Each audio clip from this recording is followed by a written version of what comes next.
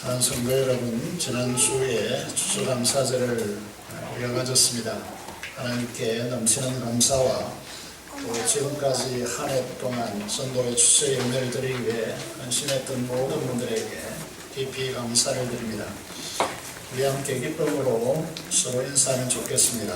그 사람에게 이렇게 인사하시면 감사하겠습니다. 따라할 수 있으면 다 따라 하시면서 인사하시면 좋겠습니다. 저를 위해 기도해 주시고 격려해 주시고 또 내 곁에 있어서 감사합니다.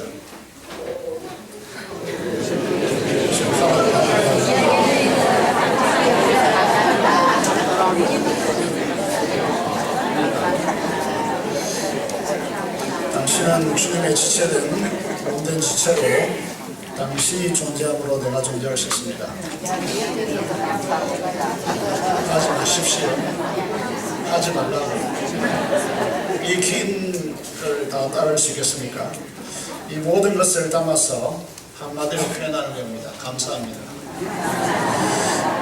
그렇게 감사하면 별로 감사하지 않는 것 같죠? 좀 더 못해서 너무 감사합니다. 손을 잡고 다시 한번 제가 시작하면 하십시오. 너무 감사합니다. 인사를 하겠습니다. 시작.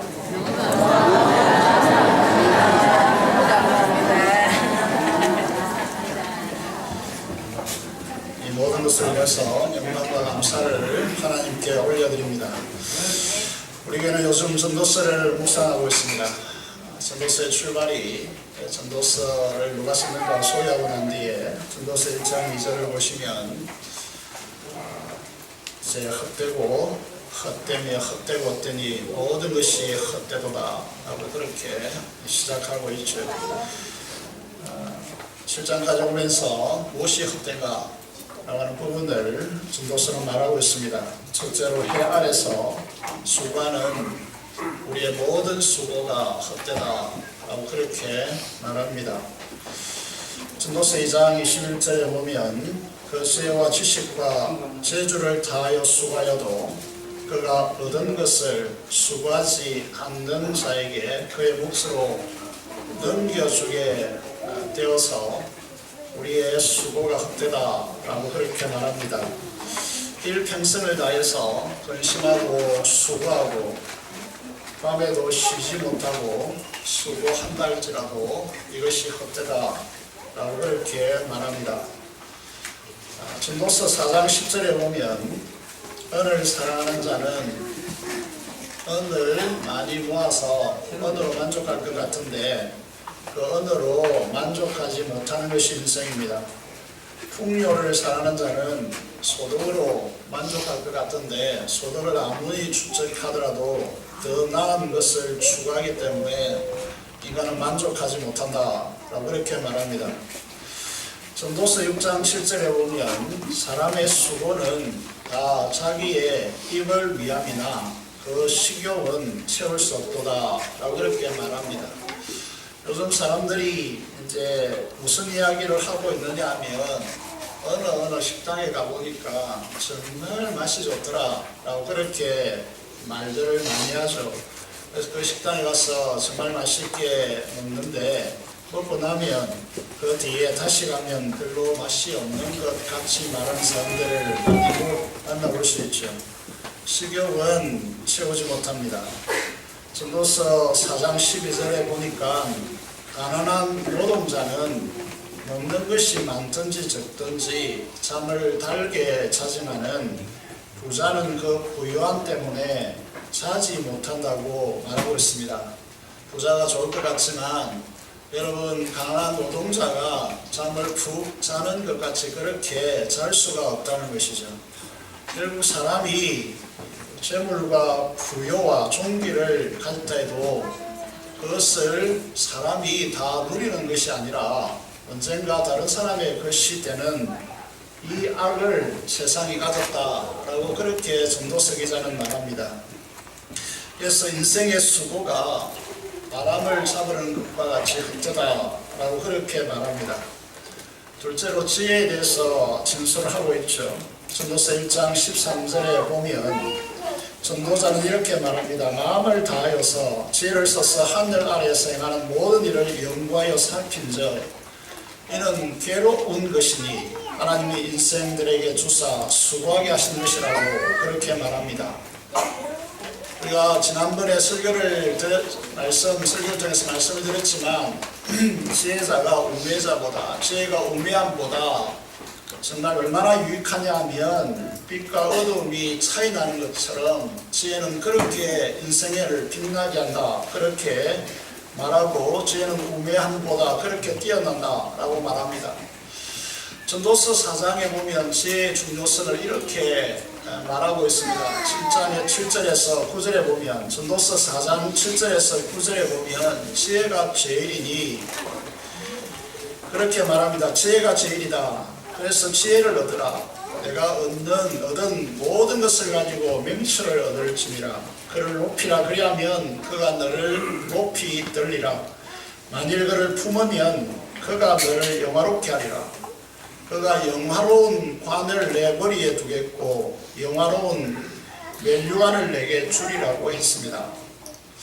그런데 전도서에서 전도자는 전도서 2장 16절에 보면 이 세상의 지혜는 결코 죽음을 넘어설 수 없기 때문에, 다시 말해서 아무리 지혜를 공부하고 이 세상의 모든 지혜를 다 가졌다 할지라도 이 죽음을 넘어설 수 없기 때문에 지혜자나 우매자나 죽음 앞에서는 일반이다 라고 그렇게 말합니다. 전도서 1장 18절에 보면 이 지혜에 대해서 이렇게 진술하고 있습니다. 지혜가 많으면 번뇌도 많으니 지식을 더하는 자는 근심을 더하느니라. 그렇게 말합니다. 우리 자녀들에게 공부하라고 하는 이런 독촉들이 그 아이에게 번뇌를 더하고 근심을 더하는 길인데 왜 우리는 공부하라고 그럴까요? 지혜를 사랑했던 이 세상의 대표적인 사람들이 있습니다. 제가 공부를 해보니까 신학도 그렇고 세상의 모든 학문들이 이 사람들 손에서 놀고 있더라고요. 그게 뭐냐 하면 소크라테스나 플라톤이나 아리스토텔레스나 헤겔이나 칸트, 고등학교 이게 윤리, 도덕 이런 책들에 등장하죠. 대학교 가면 철학을 공부하면 이 사람들의 이름들이 자주 등장합니다. 이들이 지혜를 사랑해서 지혜를 통하여서 이 땅의 이 상향을, 지상낙원을 건설할 수 있다고 생각했습니다. 그래서 이데아 세계를 생각하고 지상낙원을 건설하려고 했습니다. 그런데 이들의 지식을 가지면 가질수록 어떤 결론으로 나가느냐 하면 오늘 실존주의 철학의 선구자라고 그렇게 알려진 니체가 말하듯이 신은 죽었다라고 하는 결론으로 나갑니다. 여러분, 이 말이 무슨 말이냐 하면 기독교 윤리와 민주주의라고 하는 이것은 약자의 노예 도덕이라고 하는 것입니다. 그래서 이걸 축약해서 신은 죽었다, 다시 말해서 천지를 창조하신 하나님이 없다는 뜻이 아닙니다. 이 말은 인간이 경험할 수 없는 실체는 우리에게 필요 없다 라고 그렇게 하면서 강자의 군주 도덕을 강조했습니다. 그래서 이 사람의 철학이 무엇을 만들어냈냐면 파시즘을 만들어냈어요. 여러분, 이 세상에 지혜가 가는 길은 결국 어디로 가느냐라고 하면 인간 파괴로 나타나는 것입니다. 실제로 전도자는 그러면 수고도 헛되고 지혜도 헛되다면 인간은 먹고 마시고 절도하는 것이 인생의 정답이지 않겠느냐라고 그렇게 생각하는 것이죠. 그래서 솔로몬은 사업을 크게 했습니다. 소와 양떼를 수없이 소유했습니다. 인간이 가질 수 없는 각종 희귀한 보석을 집에 채웠습니다. 노예를 많이 두었는데 그 노예도 오래 가서 자녀의 자녀를 낳았고, 그래서 솔로몬 왕궁을 위해서 충성했습니다. 노래하는 남녀들과 인생들이 기뻐하는 처첩을 많이 두고 눈에 보이는 대로 마음에 원하는 대로 즐거움으로 살아가는 이 인생의 낙을 삼았다라고 했습니다. 그렇다면 인생이 추구하는 이 세상의 모든 것을 다 가진 이 솔로몬이 전도서 2장 2절에서 뭐라고 이야기하느냐 하면, 전도서 2장 2절을 보면 내가 웃음에 강하여 이르기를 그것은 미친 것이다. 하얗고 희락에 대하여 이르기를 이것이 무슨 소용이 있는가. 이것도 바람을 잡으려는 것이다. 헛된 것이다. 라고 그렇게 그는 이제 말하고 있습니다. 이 땅에 존재했던 가장 지혜로운 자가 전하는 인생의 수고와 지혜와 즐거움이 헛되다면 우리는 어떻게 살아야 하는가? 당연히 물을 수밖에 없지 않겠습니까? 이 세상에 그 어떤 것도 죽음의 절대적인 힘 앞에서 무기력하고 이 사실을 우리가 충분히 인지해야 한다. 그렇게 말하고 있는 것이죠. 최근에 계속해서 제가 데스, 죽음이란 무엇인가 라고 하는 이 이야기를 정직하게 대면하라고 이 세계에서 최고 유명한 학교 교수가 그렇게 강의하고 17년 동안 베스트셀러로 가장 뛰어난 강의로 주목하고 있다고 말씀드렸습니다. 우리도 마찬가지로 우리 인생을 걸어가는 데 있어서 이 죽음이라는 것을 반드시 우리는 부딪히게 되었습니다. 그런데 우리가 이보다 더 중요한 문제가 무엇이냐 하면 이런 헛된 인생 속에서 우리가 진리를 알아야 되는데 우리가 붙들어야 할 가장 중요한 진리 중에 하나가 무엇이냐 하면 에베소서 2장 1절에서 3절의 말씀이라고 할 수 있습니다. 그것이 무엇입니까? 인간은 죄와 허물로 죽어 있다라고 하는 사실입니다. 생명에서 떠나 있다라고 하는 것입니다. 그래서 하나님과 분리되어서 영원한 생명에서 떠나 있다라고 하는 사실을 우리는 알아야 합니다. 잠언 4장 3절의 말씀에 우리는 잘 알죠. 잠언 4장 23절에 보면 무릇 지킬 만한 것보다 더욱 내 마음을 지키라. 생명의 권한이 이에서 남이니라 라고 그렇게 말씀하고 있습니다. 생명의 권한이 이 마음에서 나오는데 그런데 이 마음은 인간의 마음은 어떻게 되었습니까? 예레미야 17장 9절의 말씀을 보면 만물보다 거짓되고 심히 부패한 것은 마음이라. 누가 능히 이를 알리오마는 이라고 이렇게 말씀되고 있습니다. 여러분 생명의 권한이 이 마음에서 나오는데 이 마음이 만물보다 심히 거짓되고 부패되어 있다 라고 그렇게 성경은 우리에게 말씀하고 있습니다. 왜 그렇습니까? 그 마음, 인간의 인격의 중심인 이 마음이 죄로 지배되어져 있고 거기에 그 죄를 악한 영이 사로잡고 있기 때문에 악한 영에 사로잡혀서 죄로 이제 행하고 있는 이 부패한 마음, 심히 부패되었다 이렇게 말합니다. 예를 들어서 생각해 보면 나무나 동물이나 이런 것보다 사람이 얼마나 악한 존재인지 모릅니다. 착취하고 폭력을 가하고 여러분 이런 인간의 모습을 바라보느라면 하나님의 말씀이 얼마나 진실된가 라는 사실을 우리가 알아야 합니다.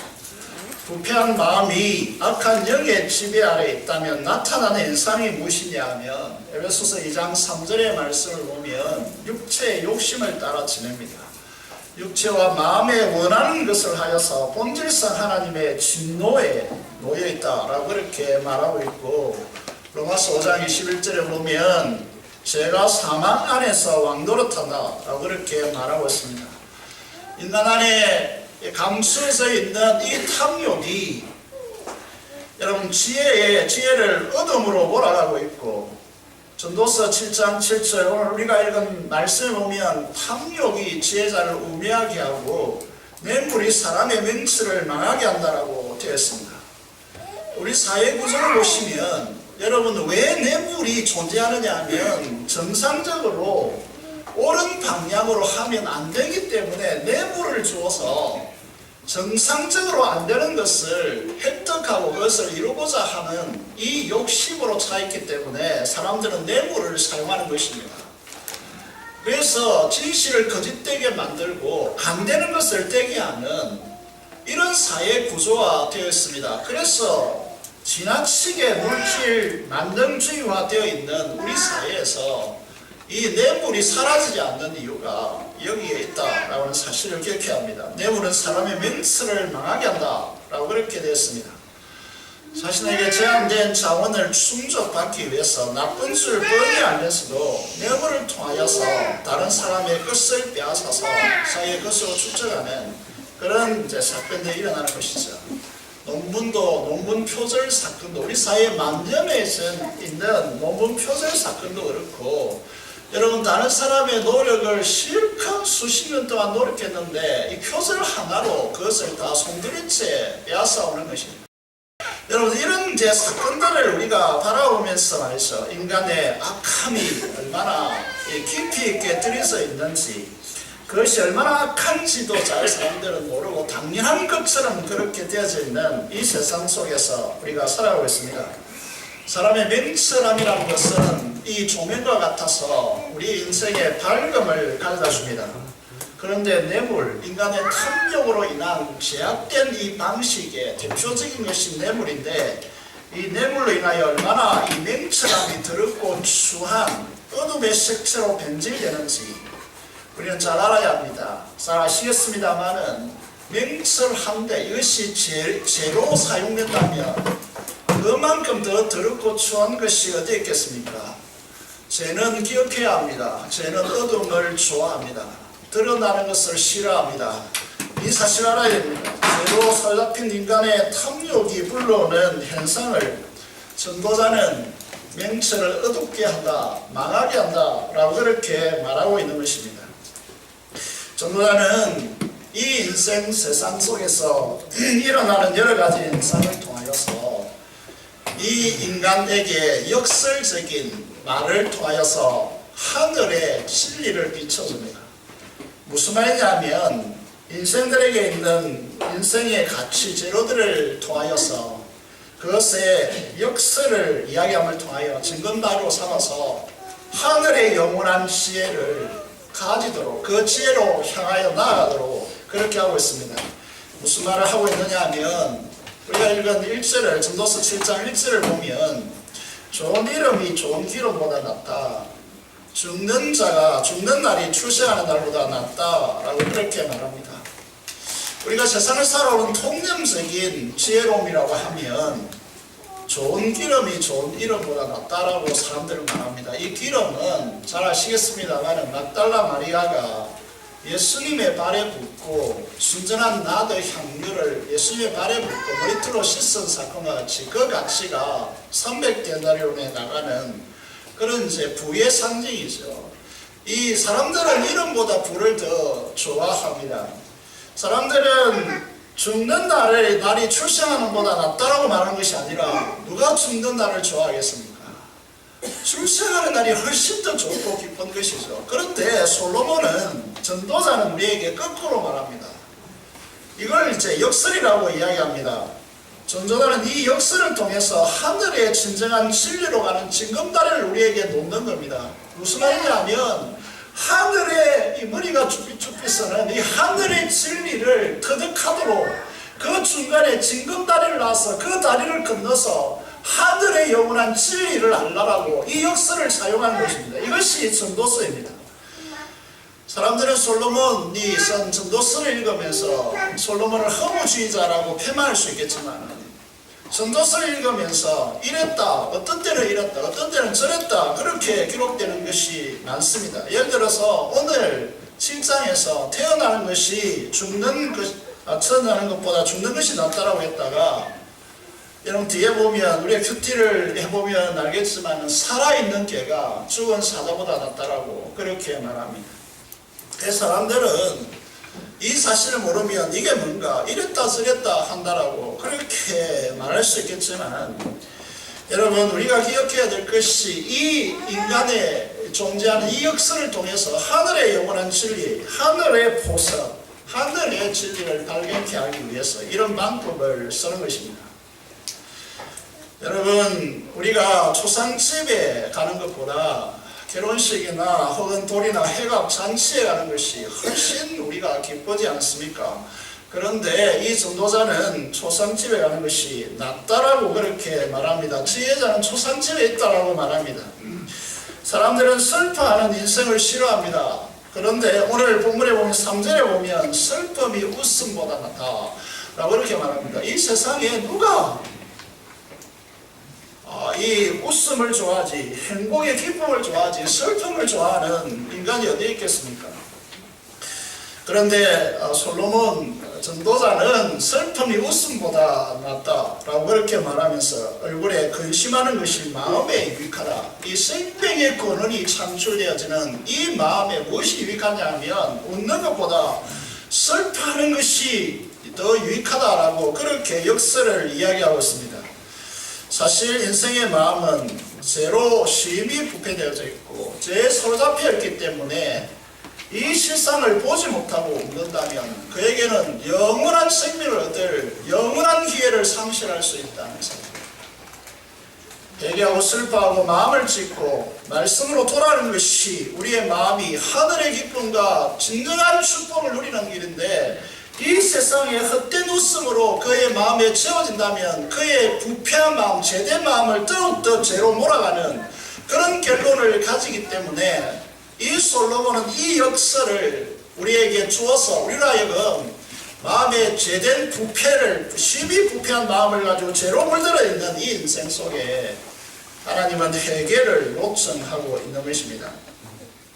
사랑하는 여러분, 인생은 4절에 보면 지혜자의 마음은 초상집에 있고 우매한 자의 마음은 혼인집에 있느니라 라고 그렇게 말하는데, 이 인생은 초상집에서 언젠가는 자신의 죽음에 직면할 것을 재확인하게 되어지고 자신을 진지하게 돌아보게 되었습니다. 새벽에도 언젠가 말씀드렸지만, 새벽에 저보고 이제 장례식에 가서 목회자가 설교를 하는 거 보면 그 목회자의 실력이 드러납니다. 무슨 말인가 하면, 여러분, 목회자가 이 장례식에 가서 설교를 잘해야 합니다. 그런데 이 중요한 것이 뭐냐 하면, 어떤 이제 집에 가서 설교를 하면 땀이 뻘뻘 흘리면서 설교를 정말 어렵게 할 때도 있고, 어떤 집에 가보면 정말 설교가 그냥 줄줄 흘러나오는 곳이었습니다. 그것은 그 성도가 얼마나 어떤 인생을 살아왔는가를 이제 보여주는 것이죠. 여러분, 우리 인생에 있어서 여러분 죽음의 현장에 가보면 여러분 거기에서 수많은 지혜를 터득할 수가 있습니다. 인생은 초상집에서 언젠가 우리는 이 죽음에 직면하게 될 것이고, 그 죽음의 현장에 가보면 그 인생이 무엇인지 깨닫게 된다는 것입니다. 가을이 되었습니다. 겨울로 가는 길목에 우리가 놓여 있습니다. 어제도 대구를 갔다 오면서 산에 물들어 있는 낙엽들을 보면서 말이죠, 아름답다라고 그렇게 말할 수는 있겠지만, 여러분, 나무가 가을에 왜 잎을 떨어뜨리는지 아십니까? 가을에 잎을 떨어뜨리고 겨울에 자신의 내면의 양분을 충분히 축적하기 위해서 그렇게 하는 것입니다. 겨울의 계절에 무엇 때문에 겨울이 무엇 때문에 필요한가? 명절 마치 죽은 것 같이 항상 가지들만 이제 있는데, 내적으로 영양을 충분히 축적하여서 봄이 오면 생명의 강렬함으로 잎을 이제 싹 피우고 꽃을 맺고 꽃을 피우고 열매 맺는 삶을 위해서는 반드시 이 겨울이 남에게 필요한 것입니다. 혼인집의 잔치에서 인생을 깊이 볼 수 있습니까? 혼인하는 결혼식에서 남녀가, 전에도 전도사님이 설계했지만은 결혼하기 위해서는 거짓을 어느 정도 해야 결혼이 가능하다, 그렇게 말하기도 하죠. 여러분, 그렇지만 여러분, 이 초상집에 가면 전혀 다르죠. 거기에서 거짓이 있을 수가 없습니다. 시련의 바람과 고난의 파도 속에서 그 인생 속에 맺혀진 인생의 열매를 보면서 우리 주님의 은혜와 십자가의 승리, 그것이 외쳐지는 공간이 초상집입니다. 강력한 죽음의 권세, 인생의 허물을 이기고 영원한 천국의 삶을 확보하는 승리자의 외침이 그 초상집에 장례식을 통하여서 울려 퍼지는 것입니다. 한 분의 묘지 앞에서 유족들에게 이렇게 설교한 적이 있습니다. 이분이 지금 여기에 허무함으로 인생의 안타까움으로 미치지만, 이분을 통해서 죽음의 권세를 이기시는 주님의 부활의 승리의 납들이 이 골짜기에 울려 퍼진다라고 선포한 적이 있습니다. 우리가 초상집에 가서 고린도전서 15장의 후반부에 54절 이하에 나타난 대로 사망아 너의 쏘는 것이 어디느냐, 하는 이 사망에 쏘는 것은 죄요. 죄의 이제 권세는 율법이라. 이 율법을 초월하시고 율법을 이기시고 율법을 성취하시고 우리에게 이김을 주신 예수 그리스도께 감사하노니라고 우리는 그 장례식에서 외치는 것이죠. 사랑하는 여러분, 그래서 이 인생의 역사를 우리는 잘 기억해야 합니다. 세상 사람들은 잔치집에 몰려갑니다. 그렇지만 우리 하나님의 백성들은 초상집에서 수많은 죽음의 이 모든 죄를 다해도, 우리가 확보한 모든 재물을 다 바쳐도, 우리가 인생의 즐거움을 다해도 이 죽음의 멸세를 넘을 수 없는데, 이 초상집에서 예수 그리스도를 통하여서 우리에게 주시는 궁극적인 승리의 창가가 울려 퍼지는 곳이 초상집. 5절에 보시면 지혜로운 사람의 책망을 듣는 것이 우매자들의 노래를 듣는 것보다 나으니라고 했습니다. 계속해서 말씀드린 대로 오늘 우리 민족에게는 새로운 방향의 전환이 필요합니다. 이대로 살아가서는 안 됩니다. 오늘 그리스도인들도 마찬가지로 세속화되어서 우리 그리스도인들이 이대로 살아가서는 안 됩니다. 분명하게 우리에게 진리로의 전환이 우리에게 필요합니다. 그래서 더 완식이라고 하는 책에서 현대인들은 거짓된 진리에, 진리인 것처럼 가상된 진리에 속고 있다. 그것으로 인생을 살아간다. 그래서 이것을 트루시니스라고, 진리인 것 같은 그것을 통해서 사는 것이라고 그렇게 말합니다. 그래서 여러분, 패망하는 구약의 이스라엘, 패망 직전의 구약의 이스라엘 보면요, 참 선지자들은 죽이고 거짓 선지자들을 따르는 이런 귀한 현상이 일어났습니다. 여러분, 거짓 선지자들이 얼마나 많았습니까? 그래서 너희들이 잘한다, 너희들이 문제없다, 그들의 귀를 즐겁게 하는 거짓 선지자들의 말을 들었습니다. 그런데 에레미야 같은 눈물의 선지자라고 알려져 있는데, 너희가 지금 북쪽에서 일어나고 있는 바벨론과 합치네야 너희가 살 수 있다, 이건 맹국도로 그렇게 매장시켜서 사회적으로, 그렇게 국가적으로, 사회적으로 단순히 보고 그렇게 하나님 말씀 진리를 전하는 에레미야와 이사야 선지자와 같은 자들은 죽이는 그런 출신이었어요. 거짓됨을 그들이 걸어갔습니다.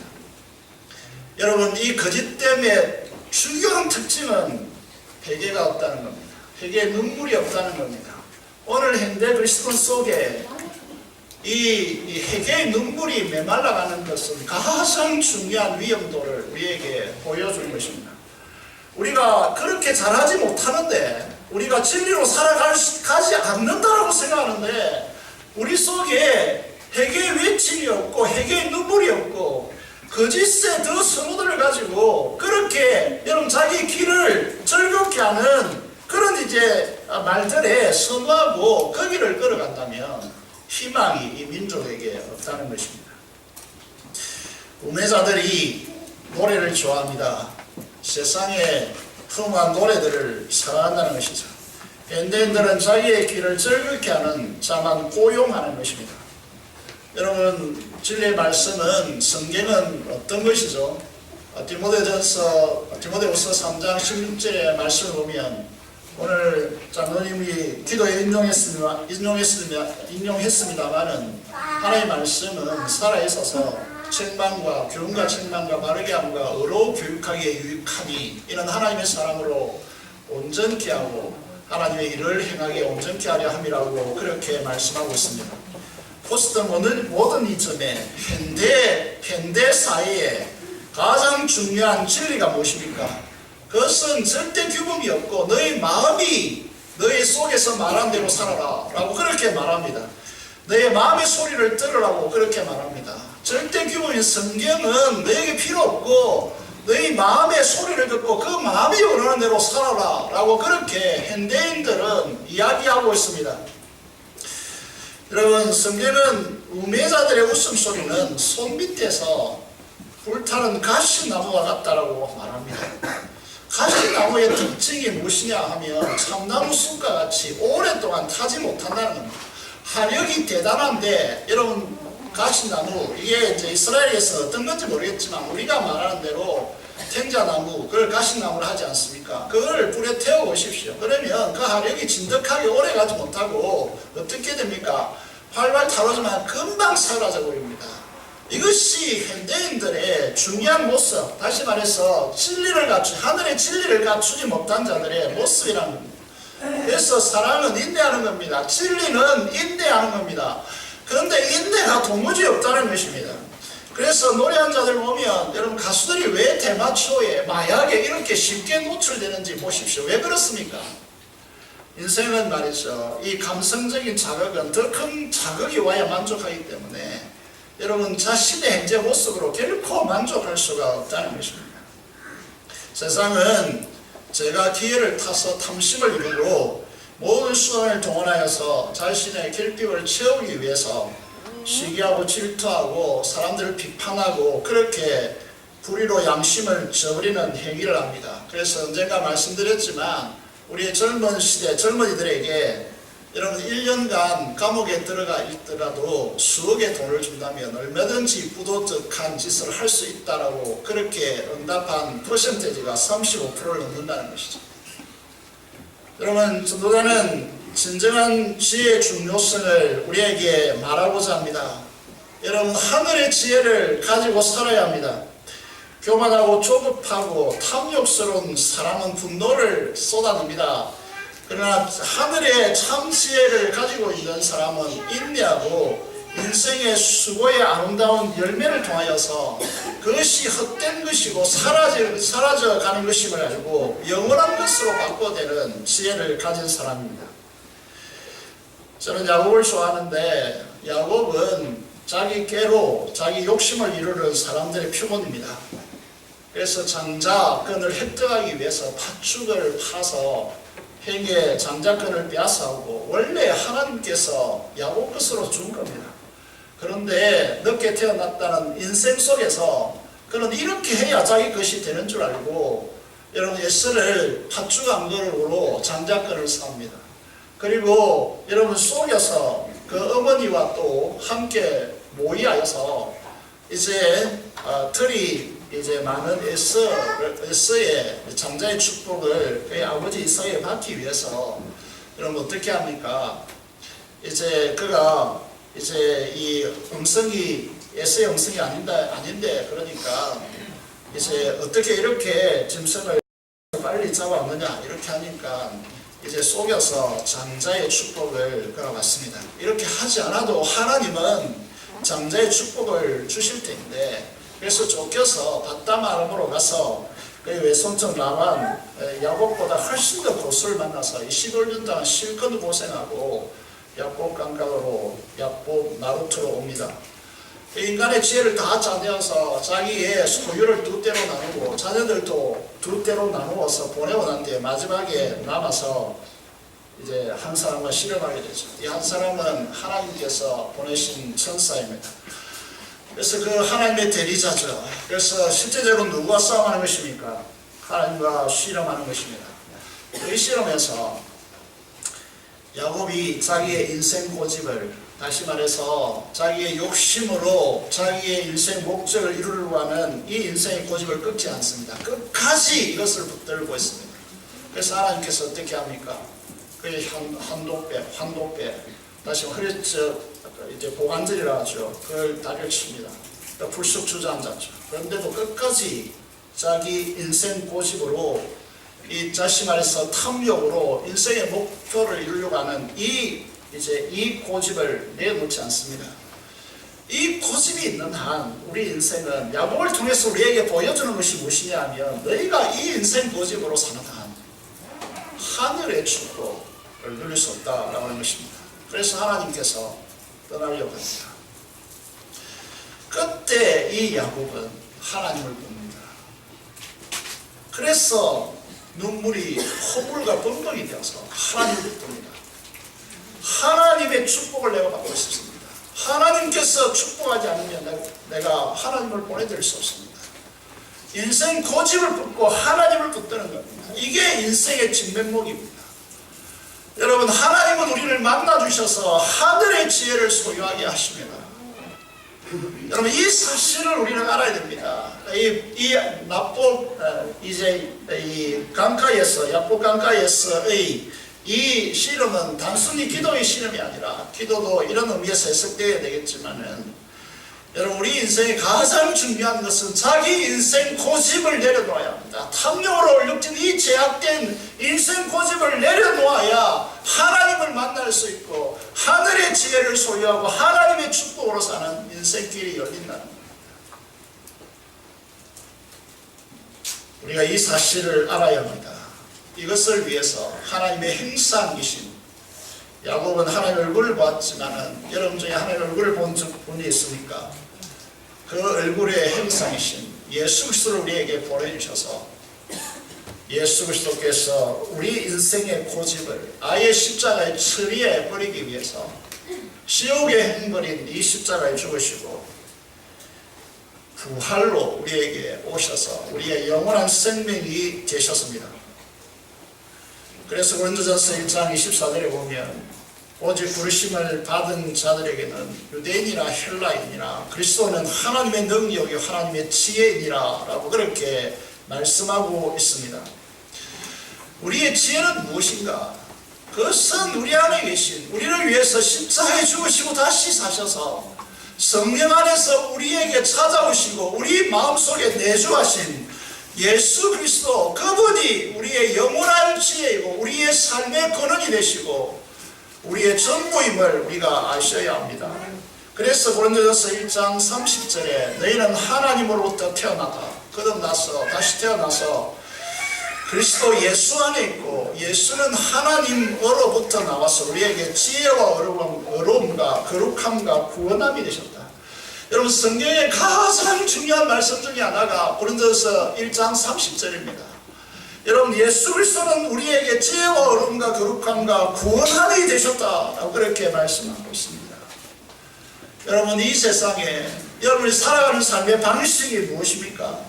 세상이 가르치는 지금까지 교육되고 학습되어진 대로 지금 솔로몬이 어떻게 우리를 끌고 왔느냐 하면 솔로몬을 통해서 하나님께서 너희가 이 세상에 여러분 너희는 이제 초상집에 가는 것보다 이제 이 잔치집에 가는 것이 낫다고 하지 않느냐. 너희가 죽는 것보다 다시 태어나는 것이 낫다고 하지 않느냐. 그런데 솔로몬은 이것을 역설적으로 말해서 우리에게 이 세상에 존재하는 들으신 것으로 거짓된 것으로 살지 말고 제발 그렇게 살지 말고 하늘의 진리 하늘의 지혜인 이 말씀으로 살아서 이 말씀의 핵심이 무엇입니까? 이 성경은 무엇을 말하는 것입니까? 너희 안에 계신 예수 그리스도 이걸 성경 전부가 이걸 말하려고 하는 겁니다. 예수님은 우리에게 뭐라고 했습니까? 지혜와 뭐라고 됐습니까? 지혜와 어려움과 거룩함과 구원함이 되셨다고 우리의 인생에 필요한 전부가 되셨다고 그렇게 말하고 있습니다. 사랑하는 성도 여러분, 우리는 시간도 그렇고 우리의 재물도 그렇고 우리의 재능도 마찬가지입니다. 시간을 생각해 보면 이렇게 설명드릴 수 있습니다. 우리 인생은 강을 건너는 것과 같다. 그래서 시간이라는 개념에서 보면 강을 건너는데 강을 한번 건너고 나면 그 다리는 부서져 버린다. 그래서 다시 뒤로 건너서 갈 수 없는 것이 인생이다. 그래서 주님은 손에 쟁기를 잡고 뒤를 돌아보는 자는 내게 합당치 않다라고 말합니다. 오늘 말씀도 있죠. 여러분 과거를 자랑하고 과거가 더 낫다고 하지 말라. 이거는 지혜자가 말할 수 있는 것이 아니다. 그런데 오늘날 많은 그리스도인들이 얼마나 과거를 자랑하며 내가 과거에 이런 것들을 행했는데 오늘 이제 요즘은 안 되겠다 이렇게 말하지 않습니까?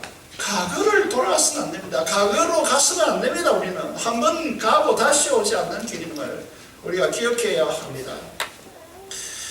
여러분 우리는 미래를 현재로 삼고 믿음으로 걸어가는 것이 우리의 그리스도인의 길입니다. 이 사실을 아셔야 돼요. 지난주에 추수감사절을 드렸는데 많은 분들이 감사를 이제 하셔서 예산이 750만 원이었는데 지난주까지 870만 원을 추수감사금으로 우리 성도들이 들었습니다. 지금까지 가장 많은 추수 감사 헌금인 것 같습니다. 이렇게 이 물질을 들어서 하나님 나라, 하나님의 교회가 전도와 양육과 제자 훈련과 선교를 위해서 쓰고 헌신해 가셔야 한다는 것이죠. 그래서 이런 방식을 가르쳐서 세상에 사라질 것들을 영원한 것으로 바꾸는 지혜다라고 그렇게 말하는 것입니다. 여러분, 우리가 이 하늘의 지혜를 알고 진정한 그리스도인이라면 우리가 무엇을 소중하게 여겨야 되느냐 하면 말씀을 소중하게 여기고 기도를 소중하게 여기고 전도를 소중하게 여기고 선교에 헌신해야 합니다. 이렇게 열정과 집중을 가지고 여기에 헌신해야 합니다. 이것이 야곱이 번예를 통과해서 이스라엘로 전환되는 중요한 지점이 된다는 것입니다. 자기 정력으로 사는 고집된 삶의 방식을 청산하십시오. 여러분 마음속에 이 예배가 나의 일주일간의 삶에서 가장 소중한 시간이 되어 있지 않다면 뭔가 여러분은 하늘의 지혜를 갖지 못한 것입니다. 여러분, 이 자리가 가장 중요한 자리가 되어야 합니다. 말씀 그렇게 중요하냐라고 그렇게 생각할 수 있습니다. 우리 권사님 한 분 중에 어령에서 매주 오지 않습니까? 그렇게 기름은 곧 돈이죠. 돈을 태워가면서 그렇게 오시는데 이 한 자리가 왜 그렇게 중요한 자리라고 그렇게 인생을 통해서 증언해내는 겁니까? 그건 하늘의 지혜를 가졌기 때문에 그런 거 아니겠습니까? 우리의 생애 속에서 우리가 기억해야 될 것이 무엇이냐 하면 이 세상에 사라질 것들을 사로잡아서 영원한 것으로 바꿔내는 그 삶을 살아가서 주님 앞에 써야 합니다. 그것이 우리의 인생을 열어가는 참된 하늘의 지혜임을 기억해야 한다는 것이죠. 여러분, 이걸 사람들이 거꾸로 가져가는 사람들이 많습니다. 하나님을 도구로 해서 여러분 내가 부자가 되는 것이 인생의 목표다, 이렇게 가져가는 어리석은 사람들이 있습니다. 이거는 영원한 것을 여러분 썩어질 것으로 변화시키는 것이죠. 그렇게 살아가서는 안 됩니다. 여러분, 시간과 재능과 물질을 동원하여서 영원한 것으로 바꿔내야 합니다. 하나님을 괴미하고 그 말씀의 진리의 말씀을 지키는 것으로 바꿔내야지, 그것을 하나님을 수단으로 해서 여러분이 이 세상에 부자가 되고 즐겁게 살고 편안하게 살고 그 물질을 통하여서 행복한 미래를 구축하겠다라고 착각하면서 하나님을 수단으로 삼는 어리석은 삶을 살아가서는 안 된다는 것이죠. 우리 성도들의 모든 성도들의 삶 속에 예배가 소중하고 하나님의 말씀이 소중하고 그 말씀의 묵상을 통하여 순종함으로 하나님의 역사를 경험하고 우리의 물질을 하나님 나라에 쌓아놓는 이 영원한 가치를 추구하는 그런 복된 성도들이 되어야 되지 않겠습니까? 이것이 우리의 인생의 진면목이라는 것은, 여러분 이 전도서를 이제 한 군데 한 군데 뛰어넘고 있기 때문에 강의를 하지 못해서 아쉬움이 있지만은 전도서를 읽어서 결론을 내리는 건 이겁니다. 사랑하는 성도 여러분, 제호무상교회 성도 여러분, 저는 생각하기에 저런 교회에서 말할 필요도 없고 주님의 기대가 우리 교회라는 것은 저와 여러분에게 있다라고 생각합니다. 이 시대에서 정말 이 시대에 무너져가는 이 영성을 우리가 바라보고 있는데, 이 민족, 이 국가, 우리를 다시 살려내기로 하는데 누가 살려낼 수 있느냐 하면 이 하늘의 진정한 지혜를 가지고 트루스밋을 가지고 사는 자들이 아니라 진정한 진리를 가지고 사는 하나님의 백성을 통해서 이 민족을 살려내기로 하는 것이죠. 이 사실을 자각하고 여러분 정말 이 역사를 징검다리를 통해서 하늘의 진수 예수 그리스도를, 우리 마음속에 계신 예수 그리스도를 밝히 드러내기를 원하는 이 전도서를 통한 성령의 역사를 바라보면서 하나님의 진리에 서서 하늘의 지혜자로 사는 은혜가 있기를 주님의 이름으로 축원합니다. 기도를 드리겠습니다. 오늘 말씀을 들으면서 여러분에게 주신 성령의 음성을 듣고 야곱의 교만, 인간 정령으로 사는 삶을 이제 끊고 하늘의 영원한 지혜로 사는 사람이 되게 달라고 기도하시고 민족의 복음화와 통일과 파손된 수교사를 위해서 하는 시험으로 기도하도록 하겠습니다. 기도하겠습니다. 살아계신 아버지 하나님, 은혜를 감사합니다. 하나님, 오늘도 우리에게 말씀해 주시니 감사합니다. 이 말씀을 듣고 하나님의 은혜 안에 살게 하여 주시고 들으시는 시간이라 하늘의 참된 지혜를 사는 은혜가 있게 하여 주시기를 간절히 소원을 드립니다. 하나님, 우리에게 참 지혜를 주셔서 하늘의 지혜로 사는 인생이 되게 하시고 하늘의 영원한 참 복으로 만족하고 거기로 인하여 기쁨이 넘쳐나는 성령 충만한 그리스도인 되게 하시고 그래서 우리 속에 이제 지혜와 의로움과 거룩함과 구속함이 되시는 예수 그리스도를 인하여 참 만족하고 기뻐하는 삶을 살아가게 해 주시옵소서. 민족의 보호를 위해서 기도합니다.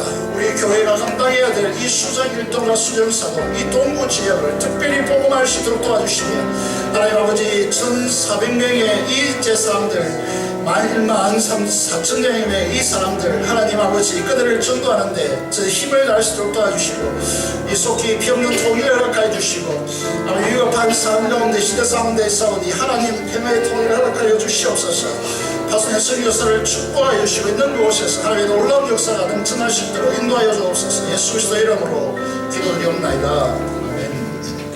412장 찬송 드리면서 준비한 대로 올려드리겠습니다.